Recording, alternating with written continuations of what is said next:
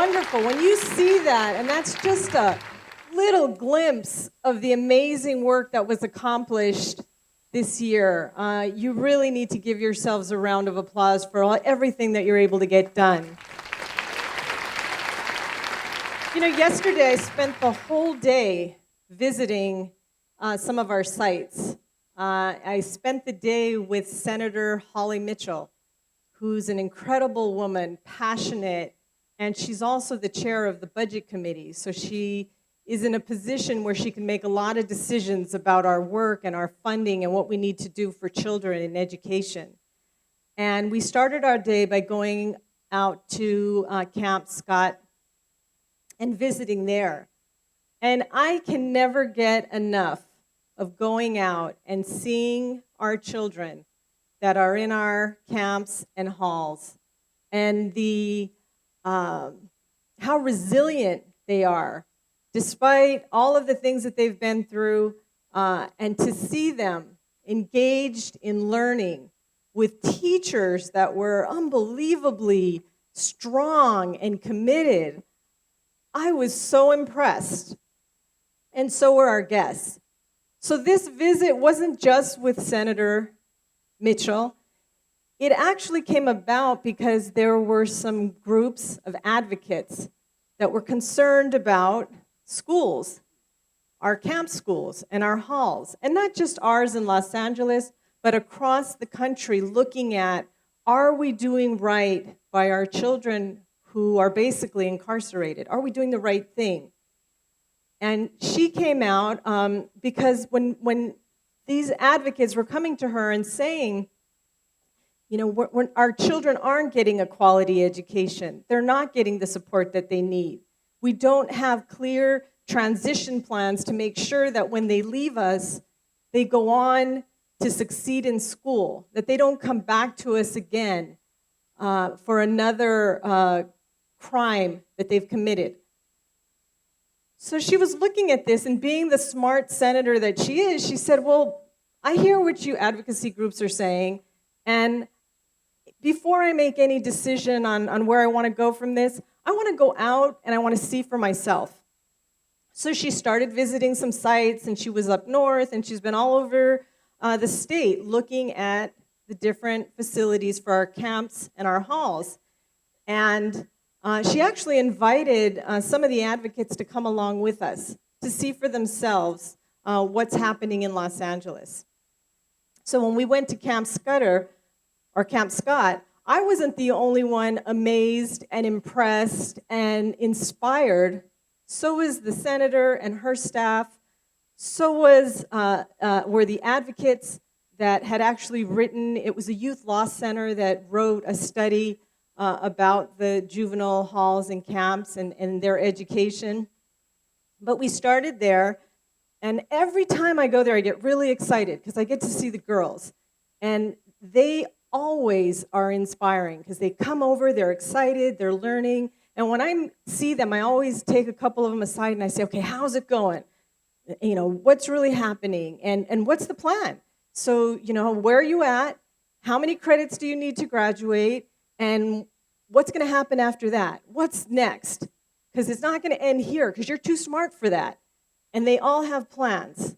And they tell me about their plans and their dreams. And it's very, very exciting for me to hear that they have hope, to hear that they believe in themselves, to hear that we're changing their mindset through our programs, through the work that all of you are doing. And I guess what's important for me today is that when you think about your work here at LACOE, regardless of what you do, whether you're in business offices and you're counting numbers and making sure people are getting paid, or if you are someone that is doing the hiring and assisting with that, or if you're someone in the communications office, helping to get the word out about what LACOE does, or if you're our technology people, like the young men, I'm so old now, everybody looks young, but the young men that are filming today, you need to think about your job and understand that regardless of what you do here at LACOE, your work matters. It is critical because everything that we do here at LACOE ultimately is to improve student outcomes, to promote education, to promote equity, to make sure that all of our kids are getting the education that they deserve.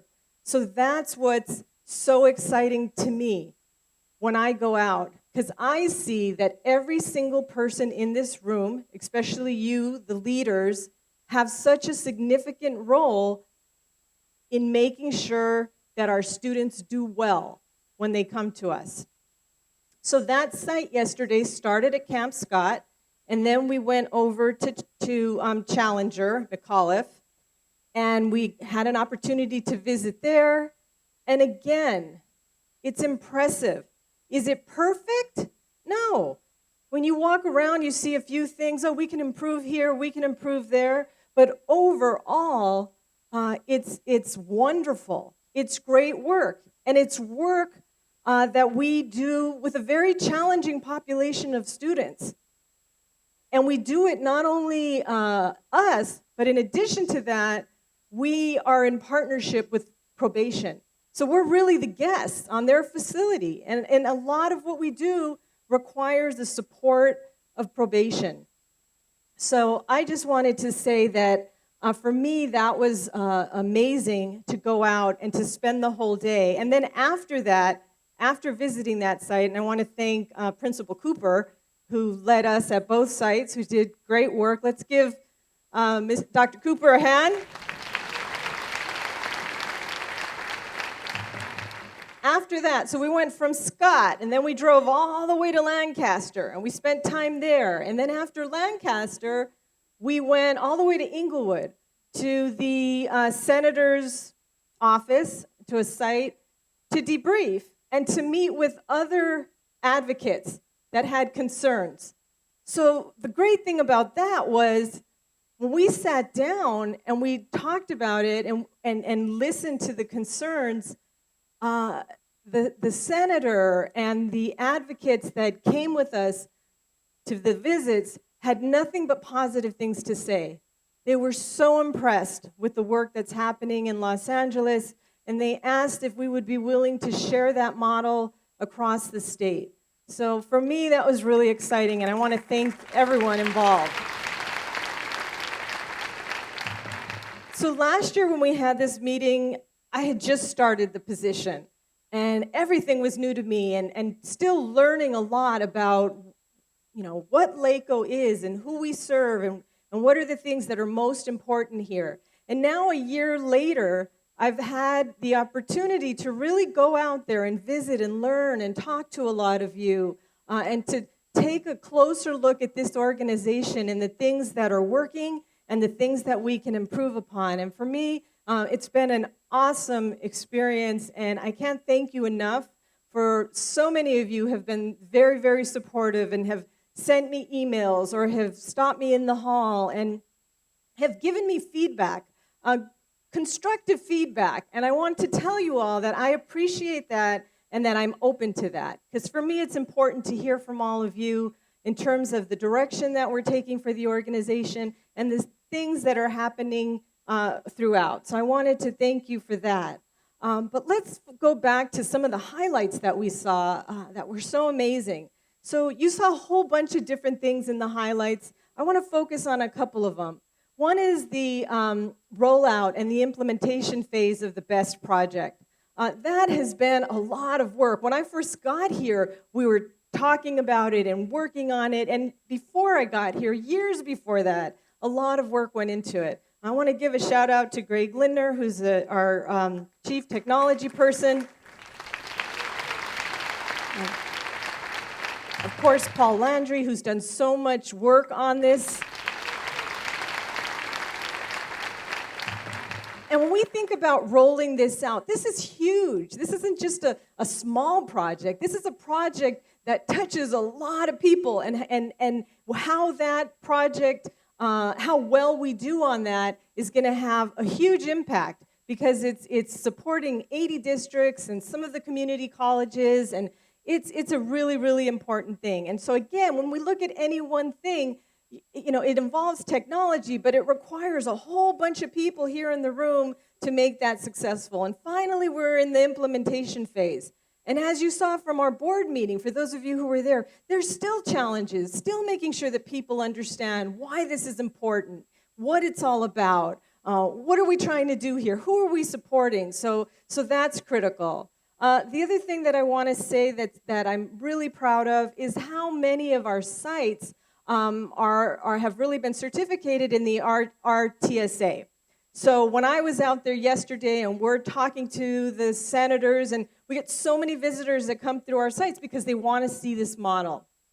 And it's an amazing model. And for those of you who have not been to one of our instructional sites, I really encourage you to take the time to go out and visit, because that's when you're going to see how critical your work is. When you remember that those kids are the whole reason why we're doing this work. Those kids and all the other kids that we're serving throughout the county. But the RTSA model, of course, it's an award-winning model. Lots of people throughout the state are wanting to use it. It's been adopted by the California Division of Juvenile Justice and the El Dorado CDE, so other county offices are saying, share with us the things that you're doing in LA, and we really are leading the way in that area. And that work, of course, I want to acknowledge Diana Velasquez, who's here, I believe. She was on the visit. Yeah, there she is, right in front of me. But again, the work that we do here, it's never just one person. The whole creation of RTSA involved teachers. It involved going out and looking at other best practices. It involved a lot of different people and then implementing it. Our teachers had to change the way they taught, and they had to be more engaging, and they had to look at things that a lot of people don't feel comfortable looking at.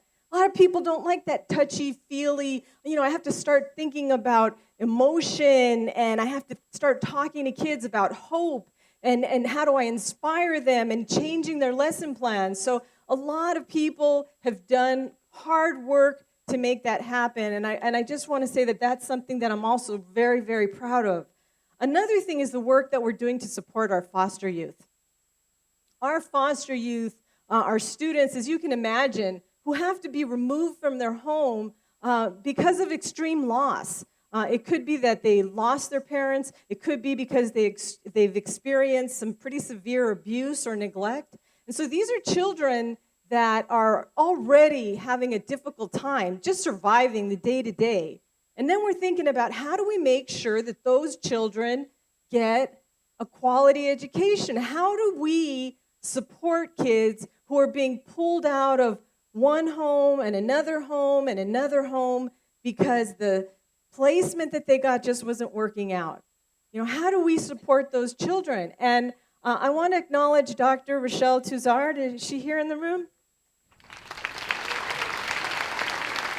I don't see her. She's probably doing some work on this right now, because one of the big things that is a big highlight for me is we are taking the lead in creating a model of transportation for foster youth, so that when they have a change in their placement in terms of where they're living, they don't have to keep changing schools.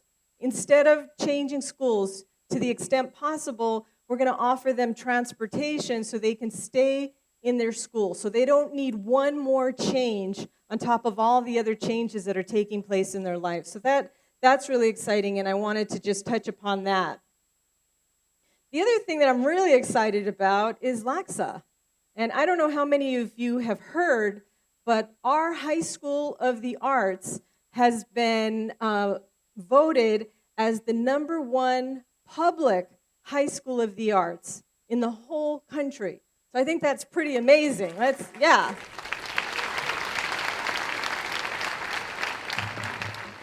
I want to give a shout out to Principal, and I know I always mess up her last name, Lizarraga. Principal at LACOE is doing an amazing job. And again, it's a team. It's never one person. And one of the things about running that school is are some challenges that come along with it. I mean, the great thing is you have these wonderful kids who are artistically talented. They're artsy kids. They're dancers and poets and actors and writers, and they're artsy. And what comes to your mind when you think about like really creative artsy kids? Passion. What else? Quirky. Thank you. So they're great kids. They're wonderful, but sometimes they're a little quirky, and sometimes they don't do things the way like everybody else does. And I'm not just talking about kids. I'm talking about adult artists. They're a little bit different, right? They see things in a different light. And so running that school, there are some challenges with that. One is that you're dealing with a whole different parent population. How many of you have worked with parents in your careers? Raise your hand. Okay. So you know that there's a difference depending on where you're at. If you're on the west side, way far west, you're going to get a different type of parent community and expectation, right, than if you're working somewhere, say, in East LA, right? And so at that school, not only do we have very sophisticated, affluent, articulate parents, we also have parents who are very entitled. And we have parents that really are demanding, as everybody should be for their children, right? But sometimes that can be a challenge. So just want to acknowledge it. It's a wonderful school, but there are some challenges there, and I think that the team is really doing an excellent job. I also want to recognize Jason Hasey, who I know has, on more than one occasion, has had to go out and visit that site because of, again, I said, the population and some of the things going on there. So payroll. I want to just acknowledge our business services and payroll and everybody that does that work.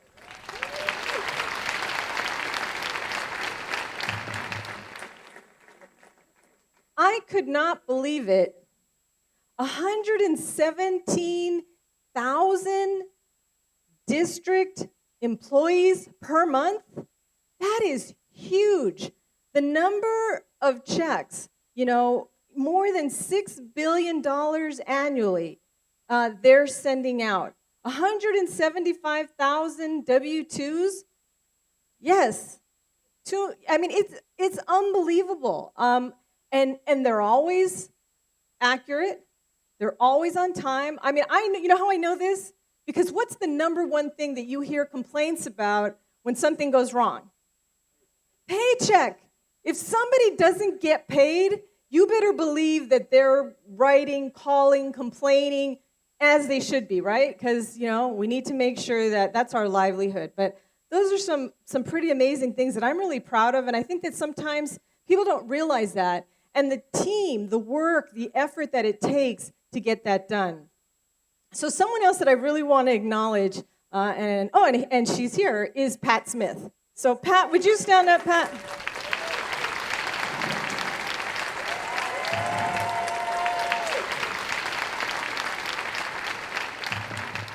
So clearly, I am not the only one in the room that understands how amazing Pat Smith is. So this is weird because I'm by the microphone here, so let me get away from the speaker.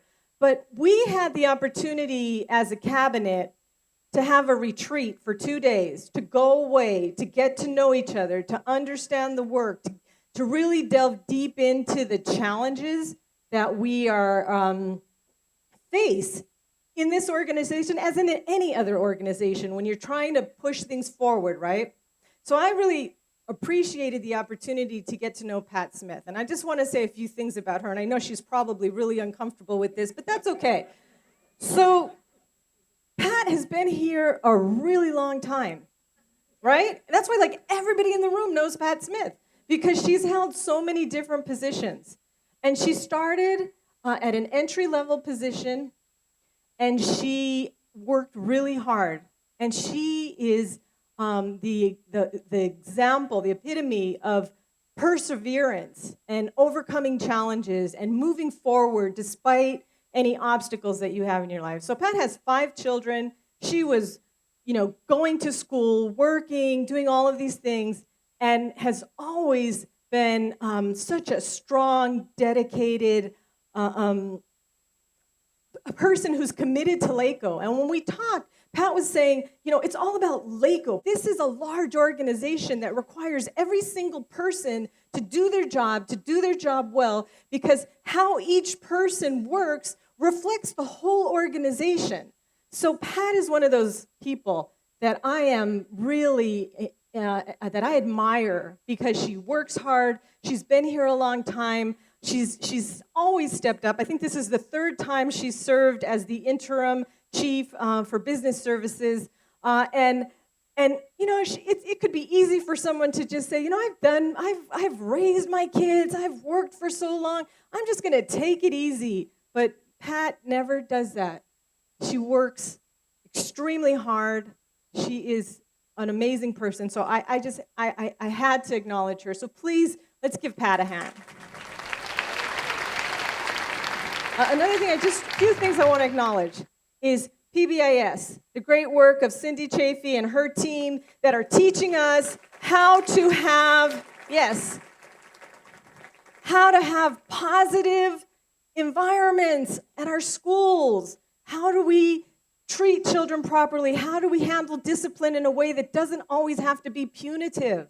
The kids can still learn. You can discipline a child in a loving way. It doesn't have to be nasty. It could be great. I want to also acknowledge all of our principals. And I don't know where they're at in the room. I see Mr. Perez over here. They're probably standing up. I see Cooper in the back of the room. It's a hard job, and you're right there at the sites doing the hard work every single day. So I really wanted to make sure that I acknowledge them. I also just wanted to say the work that we're doing in our charter division. That's great work. I want to say that I'm really proud of, now Dina Wilson was leading that. Now she's been promoted to even a higher level of supporting our accountability. But that's difficult work, and as you've seen from board meetings, sometimes they're not always appreciated as much as they need to be. So I just want to acknowledge the team that's doing all of the work about charters, our LCAP work, critical work, again, highly profile, large districts saying, what do you mean you're going to tell me how to write my LCAP? I know what I'm doing here, So that's not always easy. It's a lot of really important work, and I want to thank everyone that does that. And last thing that I want to say is, I try to walk around the building so I get an opportunity to engage with some of you, and I don't like being in my office. I like to be out, and I like to talk to people and see what's going on. And one of the things that I always like to see is when I walk over, I was going to say across the street, but we are across the street. So when I come over here and I see the work that's being done regarding the Williams inspection, and there's this one office that I go into, and it's Casey's, and I don't know if he's here.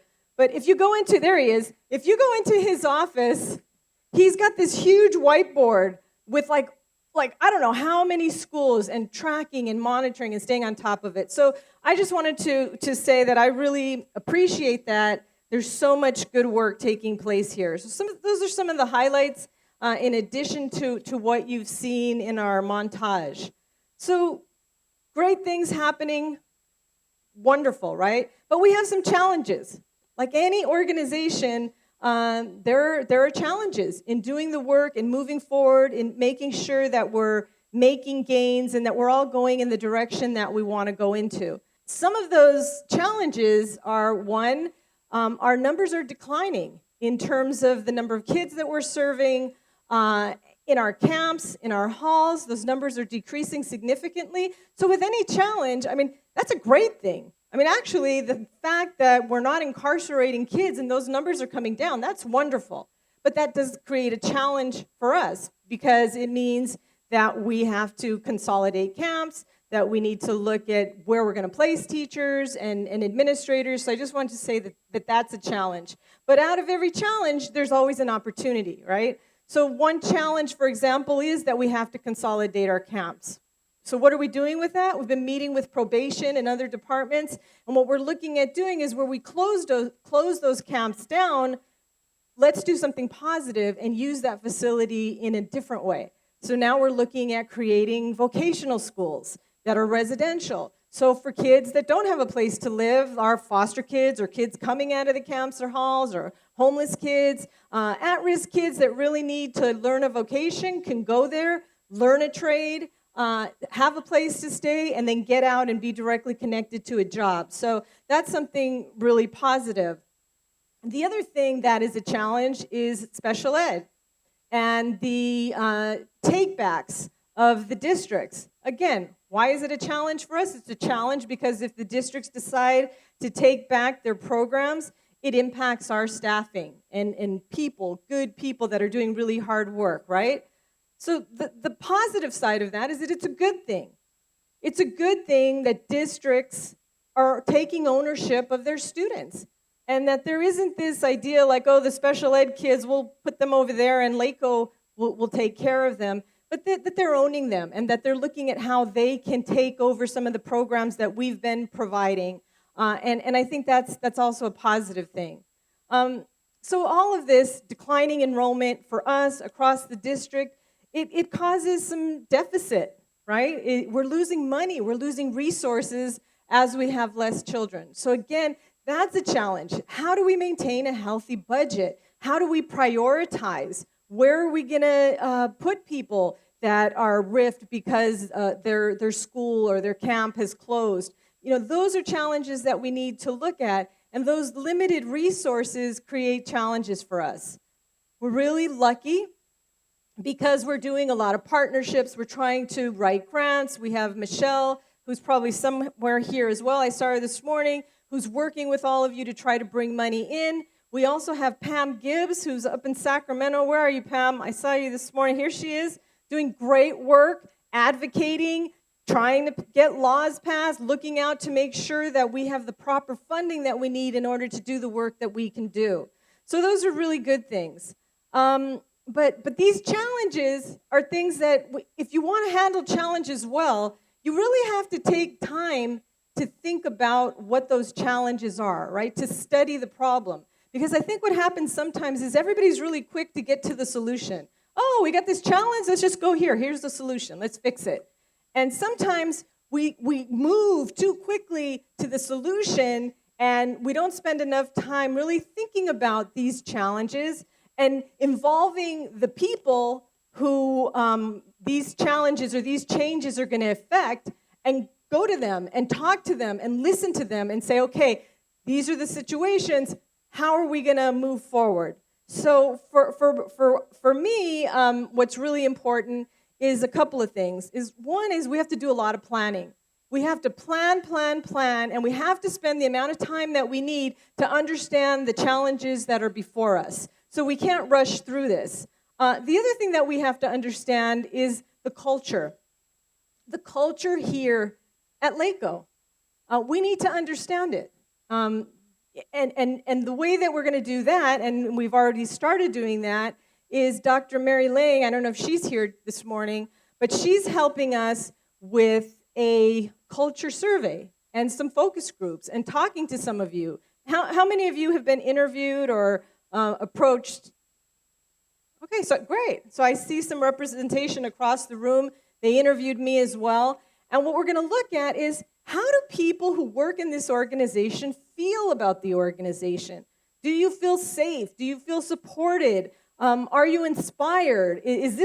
Are you here because this is your job, or are you here because this is your passion? Are you here because you care about education? You want to make sure that we're making the gains that we need to make so that our kids can be successful. So one thing is understanding the culture that currently exists and identifying where we can make some improvements. And so the way that we're going to do all of this planning is through our strategic planning process. And last year, we spent a whole year looking at some of the challenges that we face, the strengths that we have, the programs, the people, the budget, and thinking, how are we going to address these challenges that are coming before us and have a roadmap, a clear path so that everybody understands where we're going, so that we're all moving in the right direction, in the same direction, right? Because sometimes you have everybody with really good intentions, but different opinions of how we're gonna fix these problems, and you have people scattered all over the place, and that won't work. We need everybody to be on the same page so we can do the strategic planning and make the changes that we need. So you've seen the strategic plan, and there are 5 key areas that we're going to focus on. We're going to focus on customer service and making sure that our customers are satisfied with our work. So who are our customers? We have a lot of customers, right? We have our students that we support, that we provide direct instruction. We have the 80 districts that are out there and the support that we're providing in terms of PD and LCAP support and all the monitoring that we're doing and business services for them. We have our board, we have other stakeholders, we have our partners. So we need to make sure that people are satisfied with the service that they get when they come to LACOE. Of course, one of the most important thing of all of this is improving student outcomes. So we're going to be looking at student outcomes. Thank you. I forgot to change the slide. Whoever magic person who did that, thank you. So we're going to be looking at these areas: student outcomes, performance expectations. And I just want to say, when I say performance expectations, a lot of times people think, oh, that's my individual employee evaluation, and that's not what we're talking about. We're talking about what are the performance expectations for the organization and what everybody's role is within that, and having very clear and specific measures that we're going to be tracking to make sure that we're making the gains that we want to make. Operational excellence, meaning everything we do here, we do a lot of business stuff. We have a lot of things that sometimes we don't have very clear protocols in terms of this is the way we do it, so there's consistency across the board. So if somebody calls from any of the 80 districts and has a question, they'll get the same answer. So we're going to be making sure that we're looking at our operations, we're looking at our protocols, and that we're all aligned in the work that we want to do. And then finally, we have to make sure that we are fiscally stable.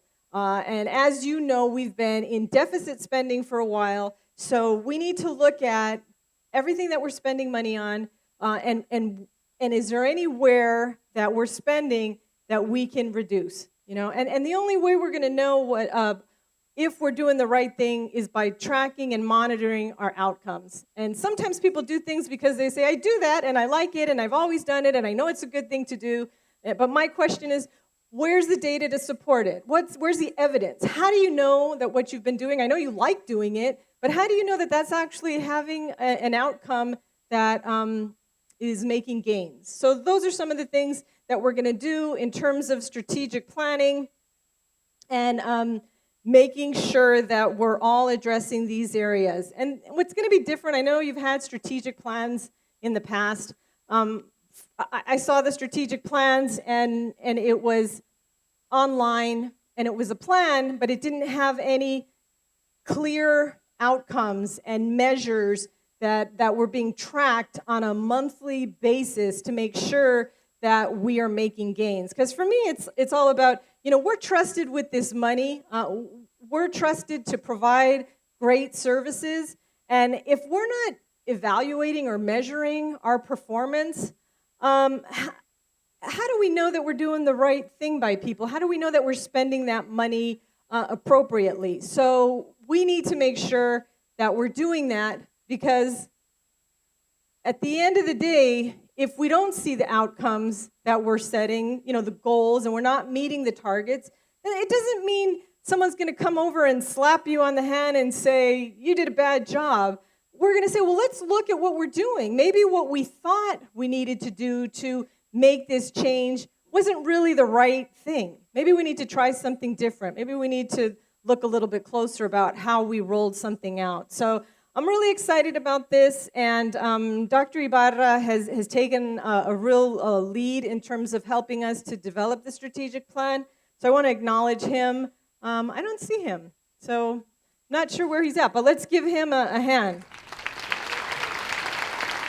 So in order to do this, in order to move an organization, in order to get to the results that you want to get, it cannot be done by one person. I don't care who that person is. So if people are looking to the superintendent to say, oh, great, we have a new superintendent, she's going to fix everything, yay. Well, sorry, I hate to tell you that, but I can't do this. I can't do this. I can lead, I can advise, I can encourage, I can support, but I can't do this work alone. So the only way that this is going to work, rolling out of a strategic plan, creating the specific measures that we need, the targets, working with the teams, setting up your own individual plans in terms of how you're going to get your teams to move forward and do the work that needs to get done. It's going to require every single person here. In fact, it's going to require every single person in the whole facility and all the facilities, because it's never one person, right? It requires a team. And when we have anybody in the team who's weak, who's not doing their share, or who's having some challenges, it impacts the rest of the team. And you all know that because you all have teams. So we need to make sure, one, that everybody buys into the fact that we're doing this strategic plan and that they're going to do their part in it, that they understand their role and the importance of teamwork and the role they play and how it impacts everybody else.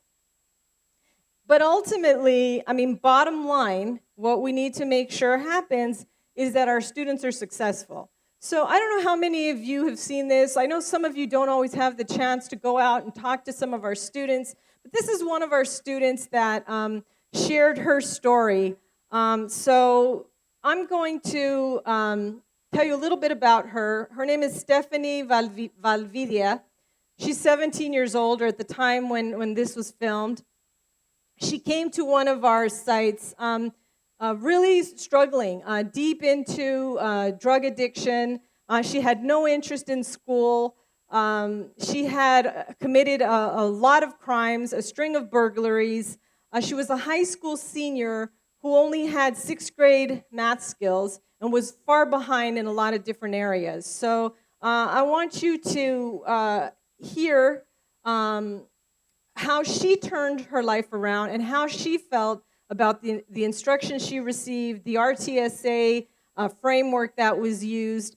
In less than a year, she advanced 5 grade levels. That's pretty amazing. She got A's, she earned her high school diploma, and let's hear from her.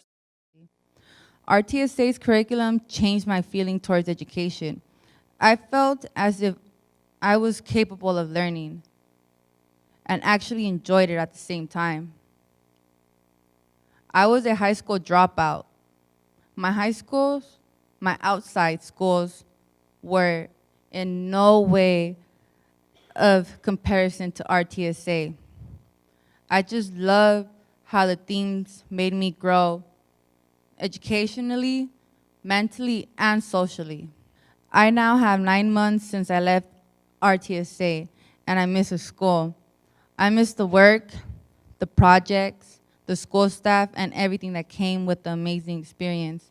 Currently, I am enrolled in in Los Angeles Mission Community College with the goal of becoming a juvenile probation officer. I'm also a paid student intern with the Los Angeles Area City Chamber of Commerce. I am and will continue to be on my road to success. Thank you. When we're talking about kids that we're serving, we're changing lives. We're not just teaching them math or English. We are turning their lives around and providing them the supports, the stability that they oftentimes have never had and don't have at home. So that's how critical this work is, and we've seen countless success stories. When I go out and I talk to our students, they share so much about the changes that they've made and where they're going. So other success stories to share. One of them is our Head Start program. So I don't know how many of you know, but we have the largest Head Start program in the state, probably in the country. And great work going on there. 13,000 children that we're supporting through early childhood education in the Head Start program. I want to acknowledge Keisha Woods. I saw her, and I don't know if she stepped out. There she is. Saw you. That's like you moved. Okay, so Keisha has been working with a lot of our agencies to make sure that in Head Start, they're not just getting, it's not just like preschool, they're getting wraparound services. We're working with their parents. We're working to make sure they're physically healthy, to make sure that they're connected to resources that they need. We're screening for mental health issues. We're really doing the early work, the early prevention work that if we did this really well with all of our kids, we wouldn't see them at the far end dropping out of high school and going into our camps and halls. You know, it would be much, much smaller because we're not doing the early identification and prevention work that we need to do. But through our Head Start program, we're doing a great job. We've opened new places. It's really exciting to see the direct impact of that work. And I talked about opening new sites, so let's take a look at the next.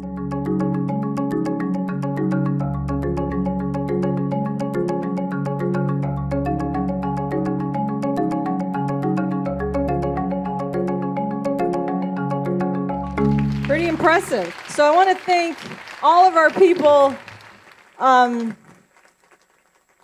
Keisha does all that work of getting the plan together, getting the people moving so that we can create and expand our Head Start program. But then again, it's teamwork, right? So she has a whole team.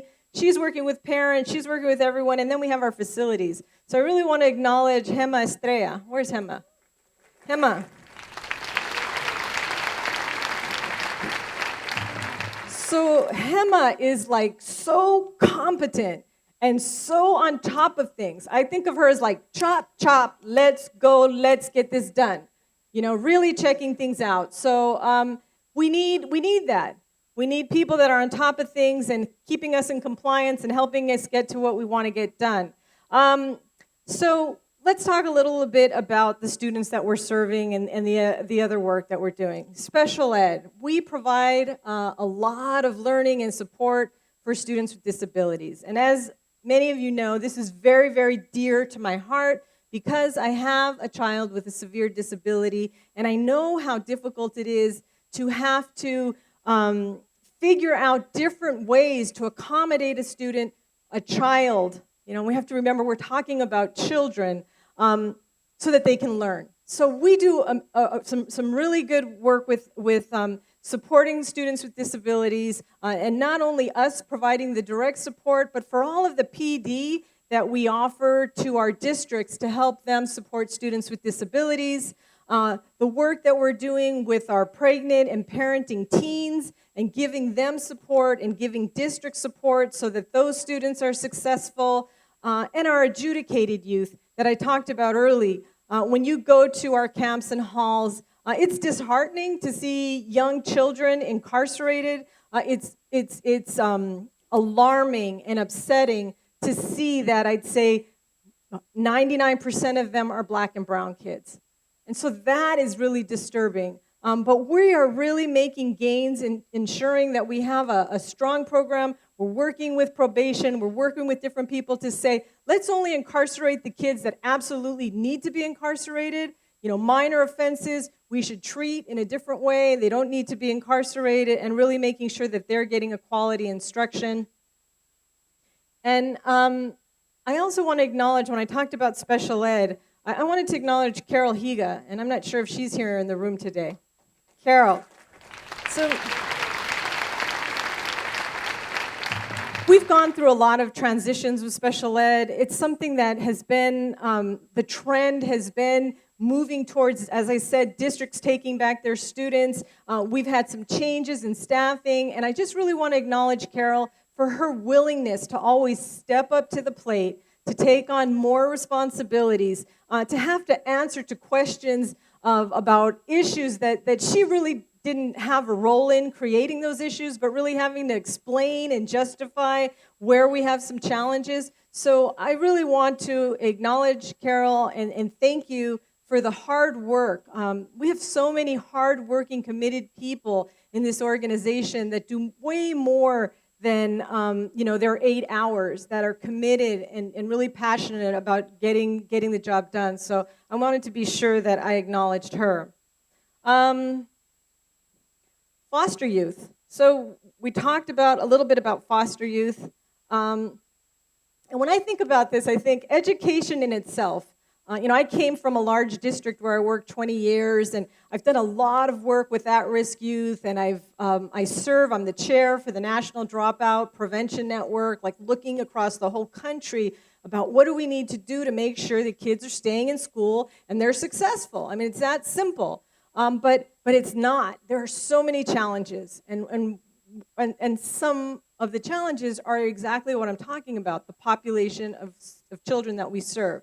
And so what we need to do is we need to make sure that we don't say, oh, what do you expect from us? Of course kids are dropping out of school. Look where they're coming from. These are kids who've experienced trauma. These are kids whose parents have abandoned them. They've been abused. What do you expect from us?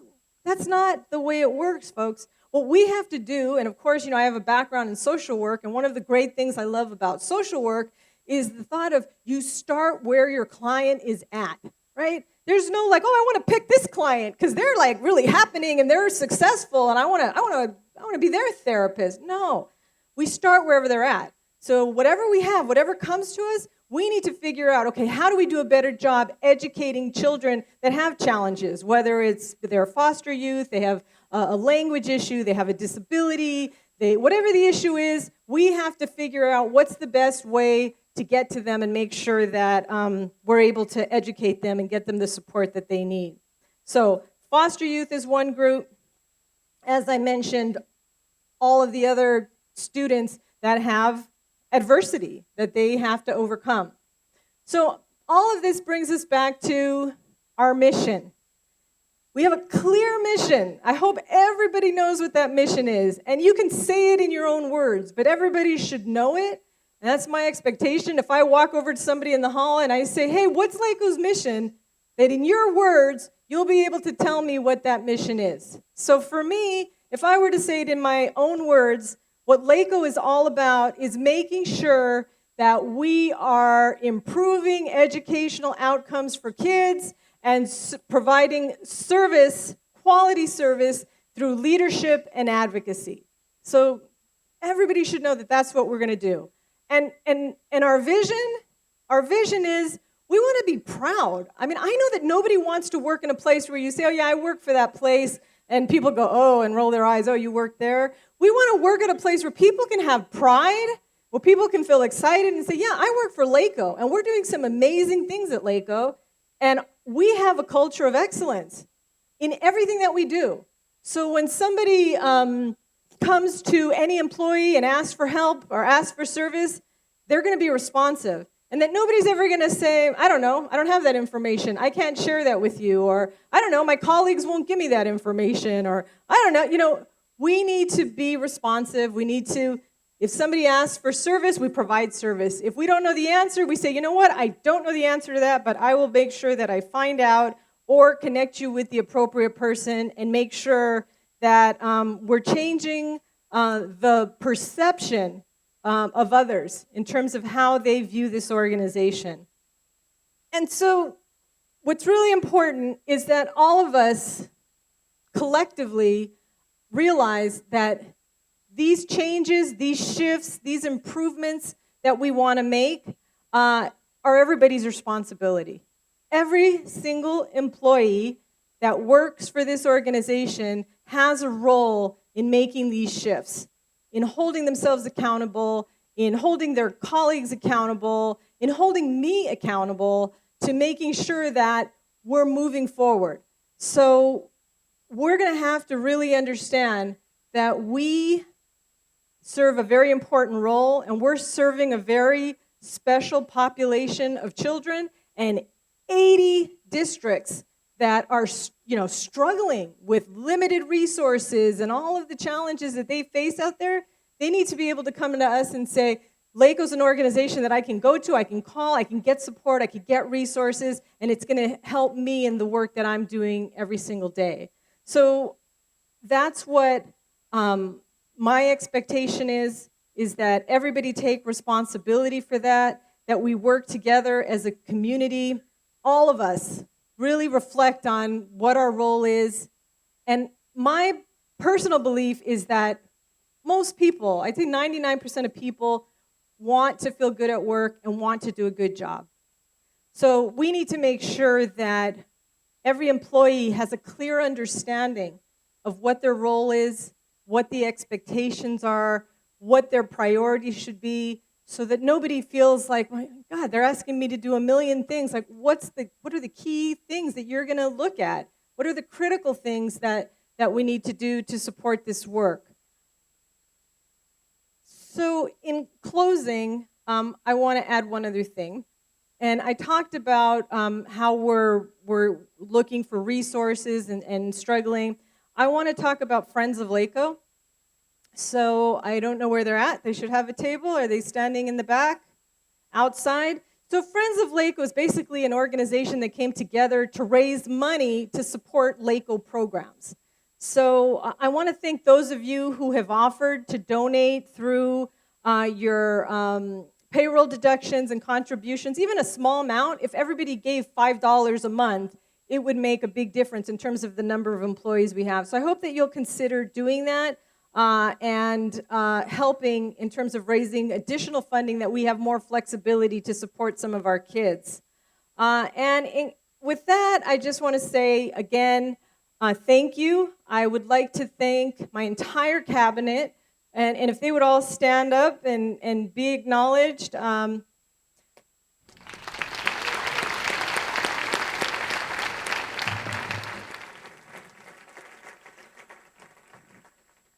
So very strong team, very committed, and we are working together to make sure that we implement all of this.